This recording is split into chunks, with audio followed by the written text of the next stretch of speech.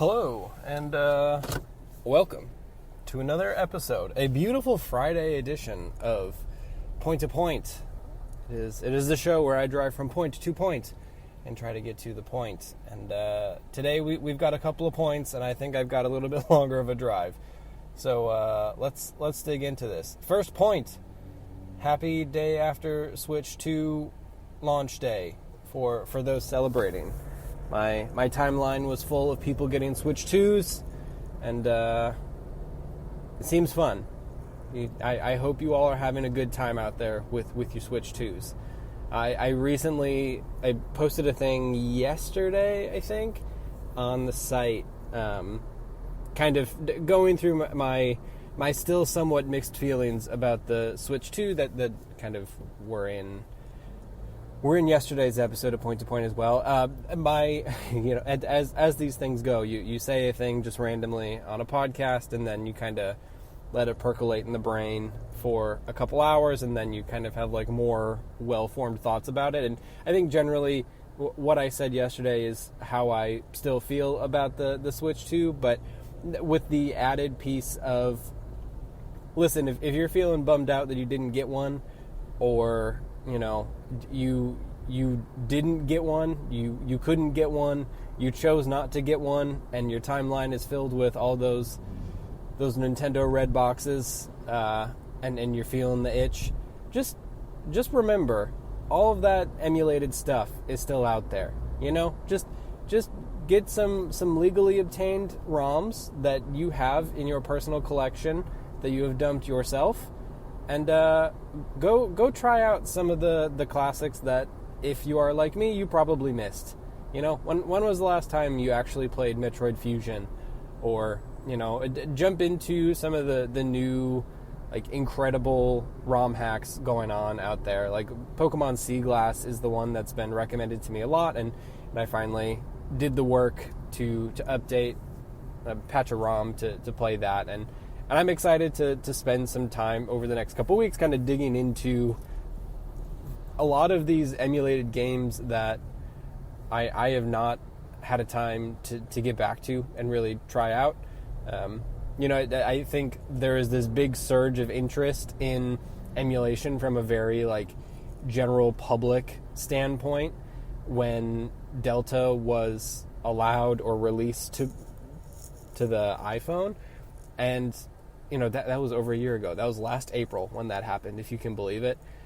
And I have had that app sitting on my phone, and it has been collecting dust. And the Switch 2 stuff, trying to move my weird FOMO into something a bit more productive, and hopping into that, trying out some of these new old games that I haven't touched yet, and getting a bit of an education on the history of some of these Nintendo franchises that, maybe someday I will end up getting to Switch 2 and work my way up to Metroid beyond. But, until then, there's plenty, thousands of other games out there that I could be playing that, to give it a shot. See if you find something that you like. You learn something about what you do like also.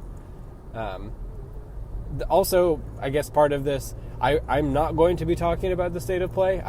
I'm actually headed home now to give that a watch. I'm curious. I had incredibly low expectations for that thing, and from what I have seen and heard from other folks, it sounds like they did it.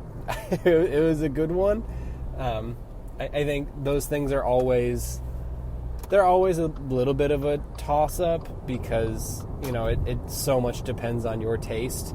I know sometimes those shows can lean one way or another on genre, whether it's like the Sony Studio flavor or, I feel like in the summer it's usually these are the fighting game ones. I think I saw there's a Marvel fighter in there. But honestly, the thing that I am so curious about now is Pragmata is a real game, I guess, and they showed a little bit more of that, so I want to go see what the hell that thing is, which should be cool. But I think my bigger point that I kind of want to get to, that's all in this swirl of Switch 2 stuff and the PlayStation showcases and the kind of just absolute onslaught of press conferences and commercials that are going to be hitting us over the next like 3 to 5 days is there is this piece in Aftermath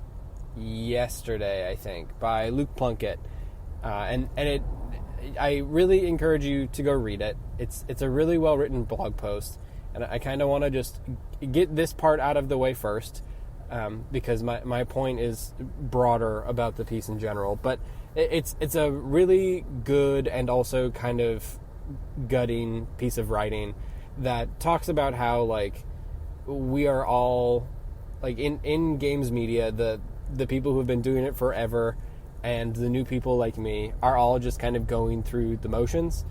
And, you know, we're all just going to go and write our coverage for the Switch 2. We're going to write our coverage for all of the announcements.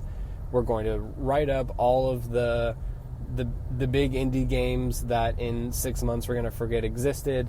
We're going to go through all of this rigmarole to publish videos and words about all of the crazy stuff that Jeff Keighley brings to his big show that, you know, ostensibly is just a big old commercial, right? Like there's commercials within the commercials, and we're all just coming together and being excited for this thing to happen. And we're doing that all while recognizing the realities of the gaming industry, right? Like there are thousands of people, again, who have been laid off this year. There were thousands of people who were laid off last year. There were thousands of people who were laid off the year before. There are studios being shut down. I mean, that Black Panther studio, Cliffhanger Games from EA, was just shut down like earlier this week. You have, you know, the games media continuing to be hit. We're not even, a month and a half from when Polygon was shut down. From all reports, was a successful, profitable gaming outlet, is now just gutted the day, the day that probably they're going to hit. They would have hit their most traffic with the Switch 2 stuff coming out and everything. Like, they're just shut down, basically. They have a skeleton crew over there. And the piece in Aftermath kind of talks about how is it that we can kind of continue doing this? Like, how can we... I mean, they liken it to... Luke likens it to just, playing music on the Titanic, which, fine. We're all just listening to the beautiful music of what does Hideo Kojima have to show us about Death Stranding 2. All the while, it's kind of this, hey, look, a distraction kind of thing to distract us from what's actually happening, and that is kind of the wholesale internal destruction of this hobby, of this like artistic medium. And I agree with the piece broadly. I think that it's resonant with where we are right now. We have the Steam charts are filled with indie games that I will never hear of, indie games that will, never get coverage. There's more and more people who are displaced by, either displaced by all of these layoffs, who are going out on their own to make their own thing, or people like me who have always been trying to break into this space, putting something out, and then, being met with nothing, just because everything is so kind of bloated on the creation side, and not in a bad, it's tough. Like, it's not in a bad way. I think that the democratization of the tools is something that is really positive, and I think it's good that people are able to, get their art into the world. It's the part where the bounds of this industry seem to be shrinking, and part of that is, feeling like we are in the legacy part of this. You look at the coverage the day before, or the weeks before the Switch 2 comes out, And games coverage, for the most part, like, the big story of the day was Fortnite being back on Apple platforms, an AI Darth Vader saying some slurs, and, bringing Darth Ray or whatever to Fortnite. Like, these are the headlines that are on The Verge. This is the stuff that's hitting the mainstream. And part of that is because, a lot of people play Fortnite. But also, I think the thing that is a struggle that is, kind of brought up in the piece is people who like console video games, for the most part, are no longer the main consumer of video games.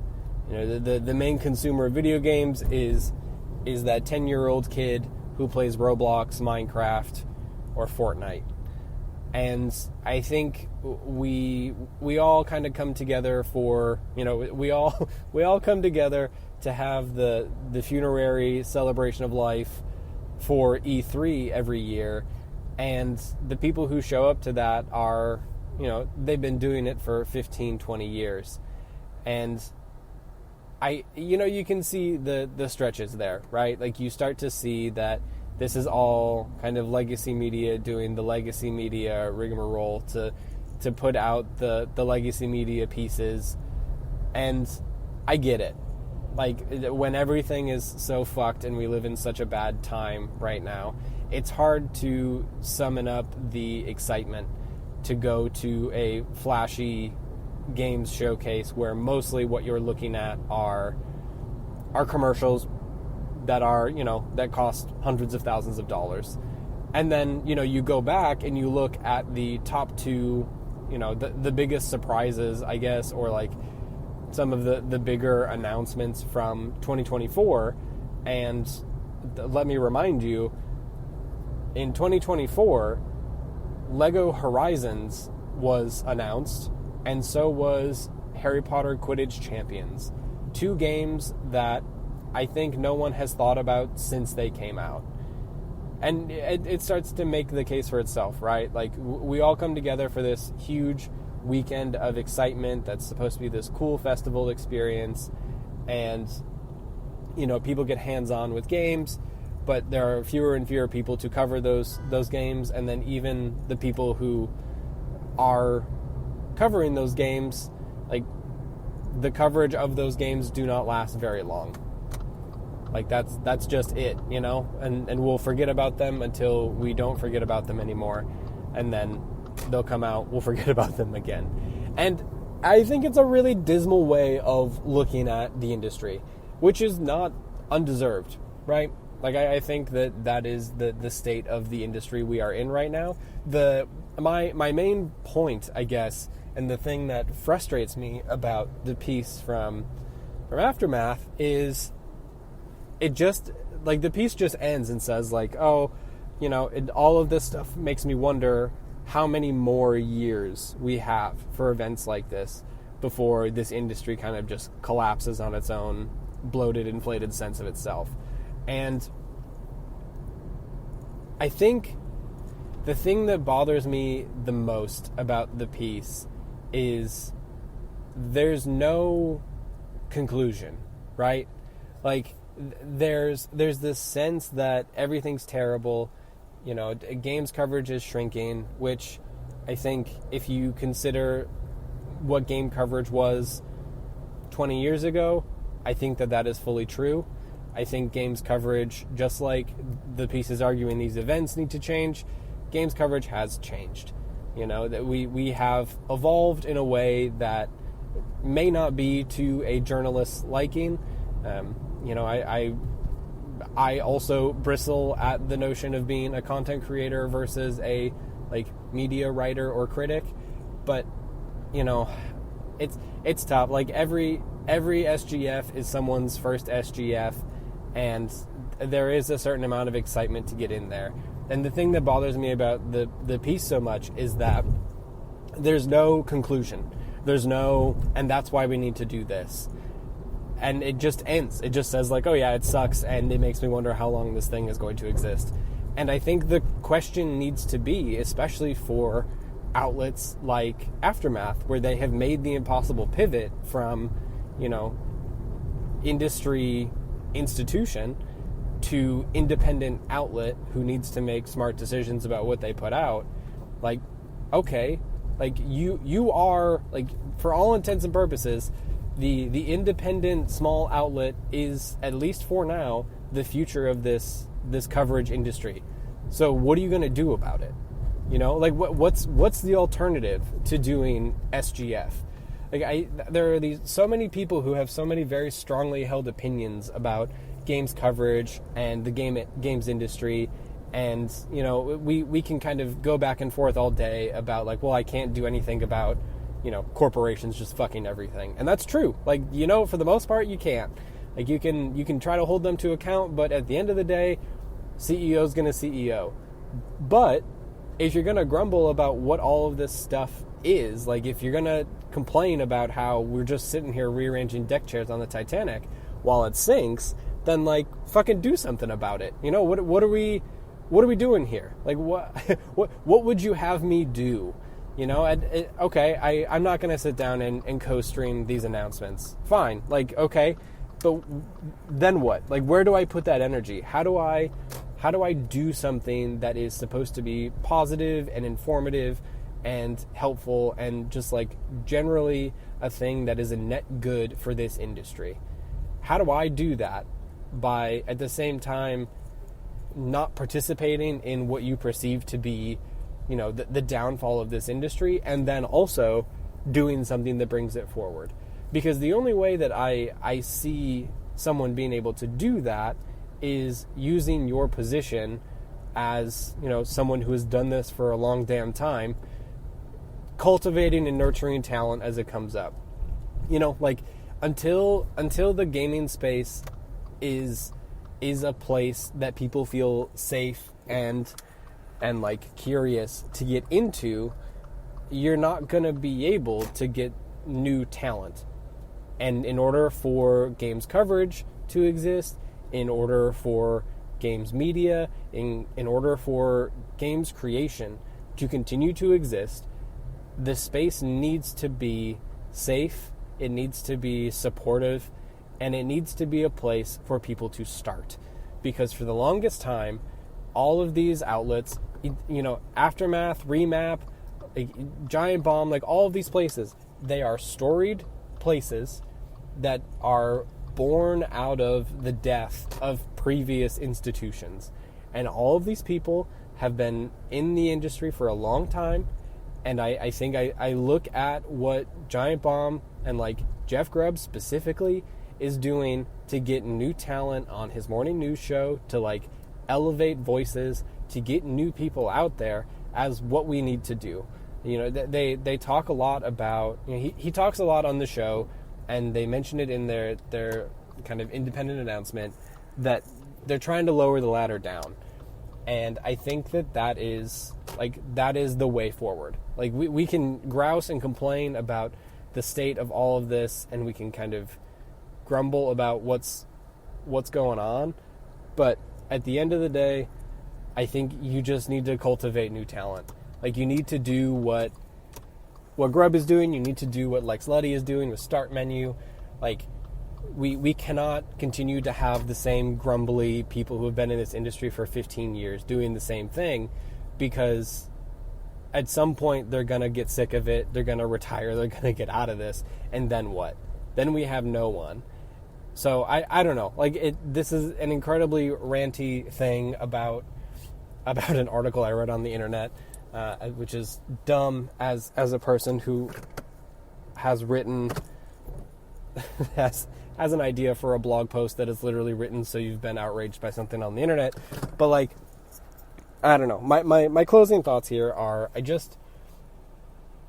it's hard to be a person who is interested and wants to be involved in this industry, as everyone who has spent the entire time, the last several years, lamenting how it is dead and dying and toxic and bad. And it is. But also, so is everything. Like, the rise of AI in the past several years has made a lot of the work that most people do just feel empty and hollow and useless. So I just think that if you're going to have this take, which is a completely valid and good take to have, I think that it behooves you to go the next step further. Like, do the thing that every good manager will tell you and say, okay, I understand that you are complaining about this thing. I understand that this sucks. But what are you going to do about it? Like, what is the outcome that you would like out of this? And how do we navigate forward? Because I can tell you right now, a blog post about how shitty the industry is right now is not going to get Jeff Keighley to put aside shitloads of money that, you know, Sony, Microsoft, Nintendo, etc. is handing him. You know, like that's not affecting change. So if you want to affect change, what do? Like what can your tiny outlet do to change this? And I can promise you, it's not just writing a blog post like this. Like, you got to do something else. Like, you gotta elevate new talent. You have to, like, find a way to get more visibility in here. You have to give other people opportunities. Like, it's great that you're supporting the people who are displaced and are, like, well known from Polygon. And, you know, again, like, you're a tiny outlet. You can't do everything. But, like, the opportunity to write your first piece is significantly more impactful to me than the ability to offer someone another opportunity to write a piece. And I don't know how you fix that. You know, also, I haven't been in this industry for 10 years to know how it fully works.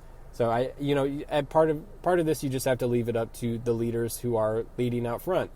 But I don't know. I just wish that there was a better way for people to make their first mark and be a part of this without making it seem like because you're trying to be involved in the gaming industry that, you know, you're just playing soft music while the rest of it sinks. Because, like, there's a naivete there that I think is not true. Like, some people, sure, but people who actually care about this industry know that shit is fucked and would like to do something about it. But the only way that they can do that is, you know, break into the industry and try to shake things up.